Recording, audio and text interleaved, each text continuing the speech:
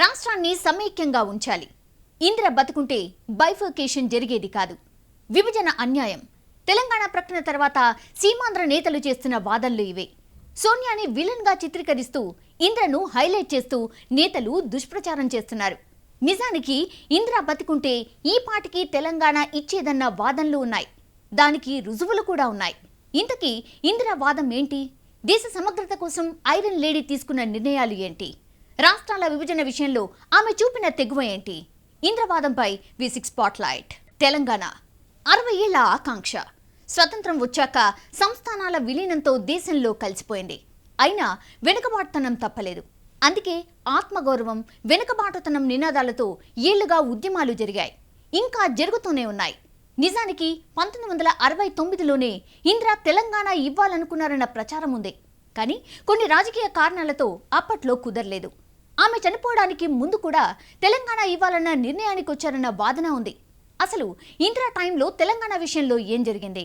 దేశంలోనే అత్యధిక కొత్త రాష్ట్రాలు ఏర్పాటు చేసిన ఇందిరాగాంధీ రాష్ట్ర విభజన విషయంలో మాత్రం ఎందుకు వెనకడుగు వేసింది? సీమాంధ్ర నేతలు చెప్తున్నట్లుగా ఇందిరాగాంధీ నిజంగా సమైక్యవాదేనా, లేక చరిత్రను వక్రీకరించడంలో సిద్ధహస్తులైన సీమాంధ్రులు ఇందిర విషయంలోనూ అలాగే చేశారా? రాష్ట్ర విభజన విషయంలో ఇందిరాగాంధీ అసలు అంతరంగం ఏంటి? Let's watch this spotlight. దేశ సమగ్రతకు, సార్వభౌమాధికారానికి నిలువెత్తు నిదర్శనం ఇందిరాగాంధీ. ఇచ్చిన మాటకు కట్టుబడి తీసుకున్న నిర్ణయం కోసం ఎంతకైనా తెగించే తత్వం ఆమె సొంతం. అందుకే ఉక్కు మహిళగా చరిత్రకెక్కారు. ఇందిరాగాంధీ చనిపోయి 3 దశాబ్దాలు కావస్తోంది. విభజన నిర్ణయాన్ని ఆమెతో ముడిపెట్టి రాజకీయాలు చేస్తున్నారు నేతలు. నిజానికి ఇందిర బతుకుంటే తెలంగాణ ఎప్పుడో వచ్చుండేదన్న ప్రచారం ఉంది. ఆమె తెలంగాణ ఇచ్చేందుకు సుముఖంగా ఉన్నా అప్పట్లో రాజకీయ కారణాలు అడ్డొచ్చాయన్నది రాజకీయ విశ్లేషకుల వాదన. 1969లో ఉవ్వెత్తున ఎగిసిన నాన్ముల్కీ ఉద్యమం, ఆ తర్వాత 1971లో జరిగిన ఎన్నికల్లో టీపీఎస్ ప్రభంజనం ఇందిర నిర్ణయానికి కారణమంటారు. నెహ్రూ టైంలో తెలంగాణ విలీనం నుంచి 1969 ముల్కీ ఉద్యమం దాకా అన్నిటికీ ప్రత్యక్ష సాక్షి ఇందిర.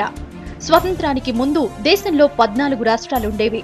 ఇందిర టైంలో వాటి సంఖ్య 23కు చేరింది. చండీగఢ్ కేంద్రపాలిత ప్రాంతంగా మారింది. మణిపూర్, త్రిపుర లాంటి కేంద్ర ప్రాంతాలు రాష్ట్రాలుగా మారాయి. దేశంలో అతిపెద్ద సంస్థానంగా ఉన్న పంజాబ్ 2 రాష్ట్రాలుగా విడిపోయింది ఇందిర టైంలోనే. ఫజల్ అలీ కమిషన్ ఇచ్చిన ఎస్ఆర్సీ ఆధారంగా రాష్ట్రాల పునర్విభజన జరిగిందని అనుకుంటారంతా. కానీ జరిగింది వేరు. దేశంలో ఏర్పాటైన రాష్ట్రాలన్నీ ఒకే సూత్రంతో ఆవిర్భవించలేదు.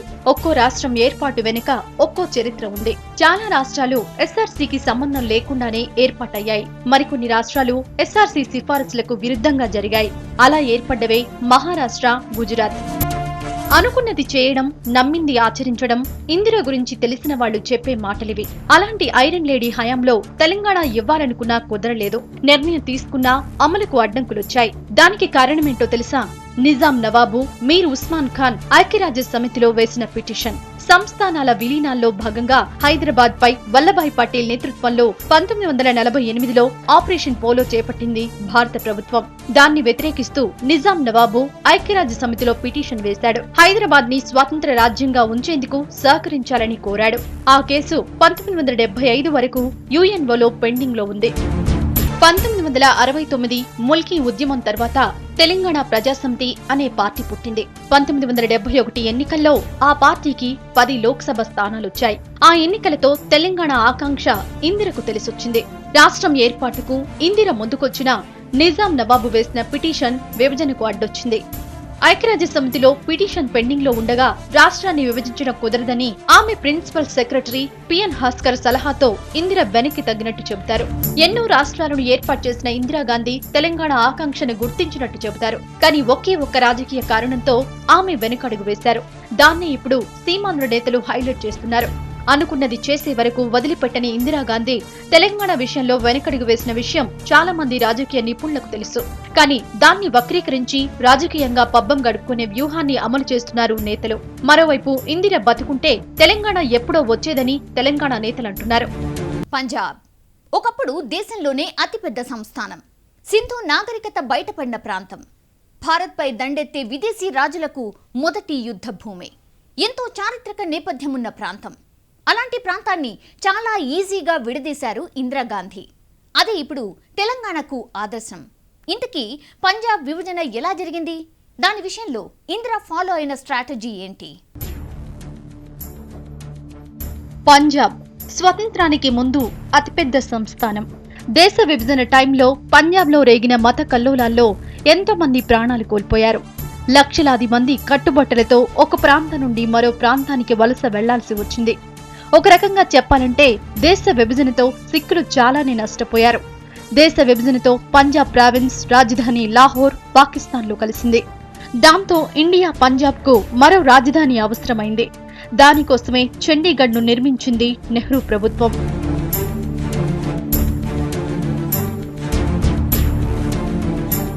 స్వతంత్రం వచ్చాక రాష్ట్రాల పునర్విభజనకు రెడీ అయింది కేంద్ర ప్రభుత్వం. దానికోసం వేసిందే ఎస్ఆర్సీ. ఫజల్ అలీ కమిషన్ ఏర్పాటు చేసి ఏ ప్రాతిపదికన రాష్ట్రాలను విభజించాలో, ఎలా కలపాలో దేశవ్యాప్తంగా సర్వే చేయించింది. అందులో భాగంగా పంజాబ్ విభజన తెరపైకొచ్చింది. అంతకు ముందు నుంచే అకాలీలు ప్రత్యేక పంజాబ్ రాష్ట్రాన్ని డిమాండ్ చేస్తుండడం కూడా దానికి కారణమైంది.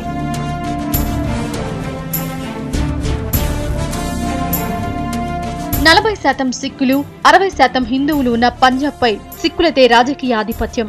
కానీ హిందువులు ఎక్కువగా ఉండడంతో తమ ఆధిపత్యానికి ప్రమాదమని అకాలీలు ప్రత్యేక పంజాబ్ రాష్ట్ర డిమాండ్ను తీసుకొచ్చారు. దాన్ని ఇందిరా ఆమోదించారు. ప్రధాని అయిన కొన్ని రోజులలోనే పంజాబ్ ఏర్పాటుకు పావులు కదిపారామే.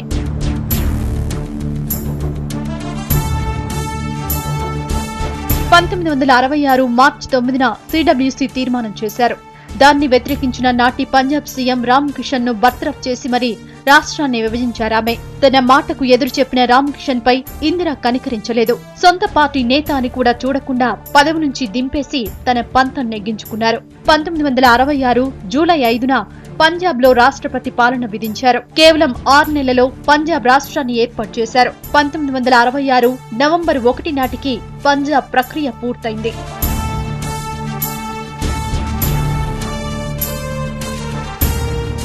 పంజాబ్ విభజన చరిత్ర చాలా పెద్దదే. దానికి తేదీలతో సహా అన్ని రకాల ఆధారాలున్నాయి. కానీ వాటిని వక్రీకరించి చెబుతున్నారు నేతలు. ఉన్న సమస్యలు ఇది అంత సులభంగా జరిగిన అంశం కాదు.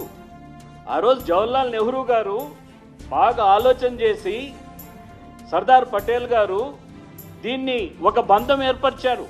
ఈ రాష్ట్రంని 2 ప్రాంతాలు కలిసి ఉండాలని ఒక గట్టి బంధం ఏర్పరిచారు.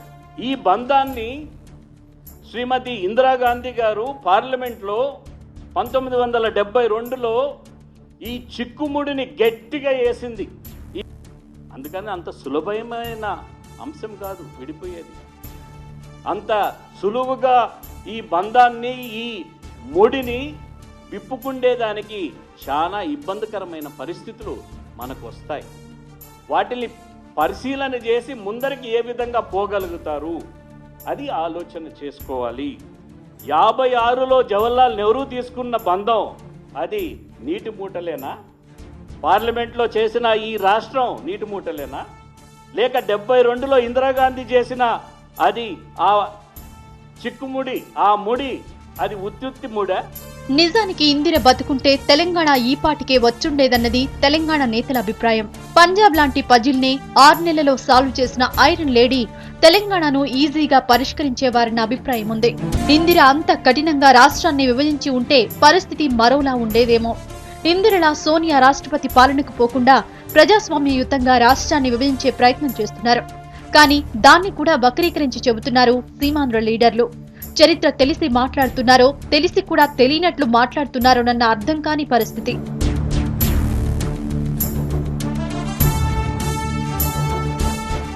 ఆరు నెలలు, 16 పేజీల నోట్, అంతా ప్రీ ప్లాన్. పంజాబ్ బైఫర్కేషన్లో ఇందిరాగాంధీ అనుసరించిన స్ట్రాటజీ ఇది. జస్ట్ పంజాబ్ రీఆర్గనైజేషన్ యాక్ట్తో 2 రాష్ట్రాలను ఏర్పాటు చేశారామె. ఈ యాక్ట్తో అన్ని సమస్యలకు పరిష్కారం చూపించారు. కేంద్రపాలిత ప్రాంతాలను రాష్ట్రాలుగా మారుస్తూ సవరణలు చేశారు. ఇంతకీ ఏంటి పంజాబ్ రీఆర్గనైజేషన్ యాక్ట్? 16 పేజీల రీఆర్గనైజేషన్ యాక్ట్ ఏం చెప్తోంది? ఇందిర విభజించిన రాష్ట్రాలు ఏంటి? రీఆర్గనైజేషన్ యాక్ట్ ప్రకారం పంజాబ్ నుంచి హర్యానా వేరుపడింది. పంజాబ్లోని హిందువుల కోసం హర్యానాను ఏర్పాటు చేశారు. రీఆర్గనైజేషన్ యాక్ట్ పార్ట్ 2లో 3వ సెక్షన్ ప్రకారం హర్యానా ఏర్పాటైంది. PRI యాక్ట్ ప్రకారం పంజాబ్ రాజధానిగా ఉన్న చండీగఢ్ను కేంద్రపాలిత ప్రాంతంగా మార్చారు. తర్వాత దాన్నే హర్యానా, పంజాబ్కు జాయింట్ క్యాపిటల్గా మారుస్తూ సవరణ చేశారు. ఇక పంజాబ్లోని హిందీ మాండలికం మాట్లాడే వాళ్లను హిమాచల్ ప్రదేశ్లో కలిపేస్తూ నిర్ణయం తీసుకున్నారు. అందులో భాగంగానే సిమ్లాను హిమాచల్ ప్రదేశ్లో కలిపేశారు. పంజాబ్ పునర్విభజన చట్టంలోని ఆర్టికల్ 371 గురించి ప్రస్తావన ఉంది. పంజాబ్ విభజన కోసం చేసిన చట్టంలోనే ఆర్టికల్ 371 సవరణకు పరిష్కారం కనిపిస్తోంది. 1966 నాటి 16 పేజీల పంజాబ్ పునర్విభజన చట్టంలోనూ 371 ఆర్టికల్ కు సవరణ జరిగింది. అప్పట్లో ఈ ఆర్టికల్ మొదటి క్లాజ్ లో ఆర్ పంజాబ్ అనే పదం ఉంది. పంజాబ్ విభజన కోసం ఆర్ పంజాబ్ అనే పదాన్ని తొలగిస్తూ సింపుల్ గా సవరణ చేశారు. దీంతో పాటు 8వ షెడ్యూల్ ప్రకారం ఎస్సీలకు సంబంధించిన 1950 రాజ్యాంగ ఆదేశాలన్నీ 10వ షెడ్యూల్ ప్రకారం ఎస్టీలకు సంబంధించిన రాజ్యాంగ ఆదేశాన్ని కూడా సవరించారు. పంజాబ్ ని విభజించడంతో పాటు కొత్తగా హర్యానా రాష్ట్రం ఏర్పాటు, మరికొన్ని ప్రాంతాలను హిమాచల్ ప్రదేశ్ లో విలీనం చేయడం, చండీగఢ్ ను కేంద్ర పాలిత ప్రాంతం చేయడం లాంటి కీలక నిర్ణయాలన్నీ 16 పేజీల పంజాబ్ పునర్విభజన చట్టంతో కేంద్రం పూర్తి చేసింది.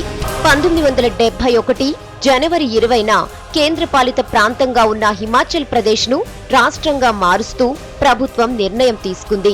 అదే రోజు అరుణాచల్ ప్రదేశ్ ను కేంద్రపాలిత ప్రాంతంగా, మేఘాలయను రాష్ట్రంగా మారుస్తూ నిర్ణయం తీసుకుంది. అస్సాం నుంచి మిజోరాంను విడదీసి దానికి కేంద్రపాలిత ప్రాంతంగా మార్చారు. అస్సాం రాజధాని షిల్లాంగ్ నుంచి డిస్పూర్ కి మారుస్తూ సవరణ చేశారు.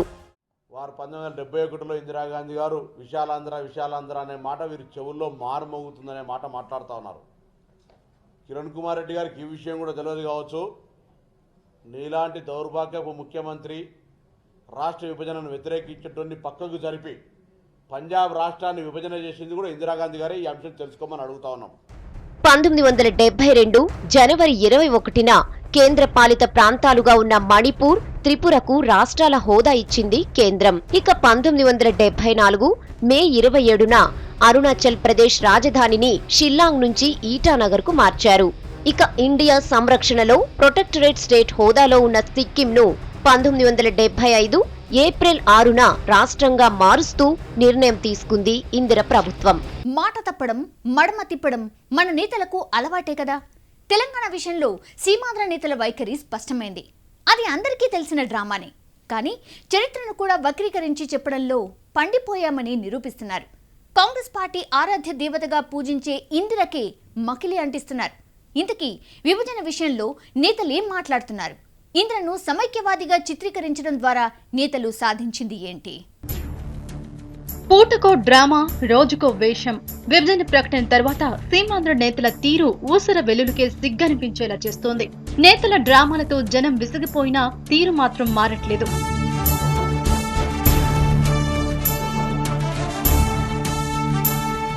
ప్రకటనకు ప్రక్రియకు మధ్య 2 నెలల గ్యాప్ తీసుకున్న కేంద్ర ప్రభుత్వం ఆ తర్వాత దూకుడు పెంచింది. తెలంగాణ డ్రాఫ్ట్ బిల్ కోసం జీఓఎం నివేదిక తయారీలో నిమగ్నమైంది.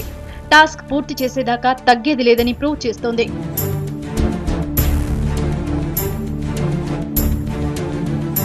నేతల డ్రామాలతో కేంద్ర ప్రభుత్వం మరోసారి అఖిలపక్షాన్ని ఏర్పాటు చేస్తోంది. విభజనతో అన్యాయం చేస్తున్నారంటున్న నేతలు కూర్చోబెట్టి మాట్లాడాలని సలహా ఇచ్చారు.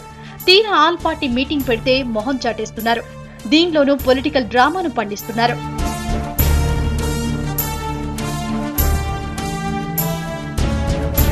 దేశంలోనే అత్యధికంగా రాష్ట్రాలను ఏర్పాటు చేసిన ఘనత ఇందిరాగాంధీ సొంతం చేసుకున్నారు. పాలనా సౌలభ్యం కోసం జనం డిమాండ్ను దృష్టిలో పెట్టుకుని విభజిస్తూ వెళ్లారామే. కొద్దిపాటి రాజకీయ వ్యతిరేకత వ్యక్తమైనా తగ్గలేదు.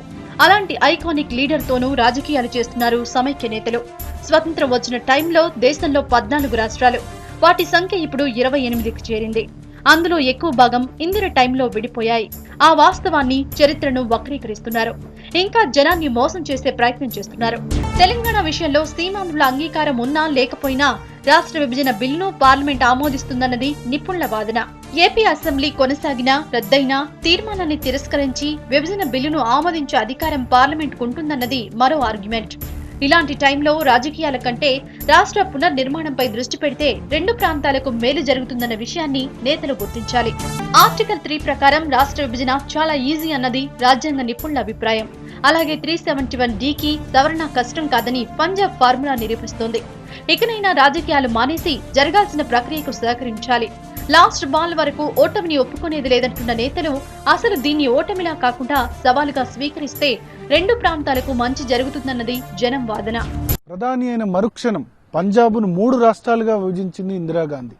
విభజనను వ్యతిరేకించిన అప్పటి పంజాబ్ ముఖ్యమంత్రిని బర్తరఫ్ చేసి రాష్ట్రంలో రాష్ట్రపతి పాలన విధించింది ఇందిరాగాంధీ. ఇందిరాగాంధీ బాటను రాష్ట్ర విభజన విషయంలో సోనియా గాంధీ అనుసరించాలంటున్న సీఎం సీమాంధ్ర నేతలు రాష్ట్రంలోనూ రాష్ట్రపతి పాలన విధించాలని కోరుకుంటున్నారా? నిజానికి సోనియా గాంధీ మాత్రం అత్యంత ప్రజాస్వామ్యయుతంగా రాష్ట్ర విభజన విషయంలో ముందుకెళ్తోంది. పంజాబ్ తరహా పరిణామాలు రిపీట్ అయితే రాష్ట్రంలో రాష్ట్రపతి పాలన తప్పదు. సో ఖచ్చితంగా సీమాంధ్ర నేతలు ఈ విషయాన్ని గుర్తుపెట్టుకోవాల్సి ఉంటుంది. నిర్ణయం జరిగిపోయింది, ప్రక్రియ వేగం పుంజుకుంది. అయినా రోజుకో కొత్త డ్రామాకు తెరతీస్తున్నారు నేతలు. విభజన విషయంలో కేంద్రానిది రాంగ్ స్టెప్ అంటున్న నేతలు పంజాబ్ ఫార్ములాను తెలుసుకొని మాట్లాడితే బాగుంటుంది.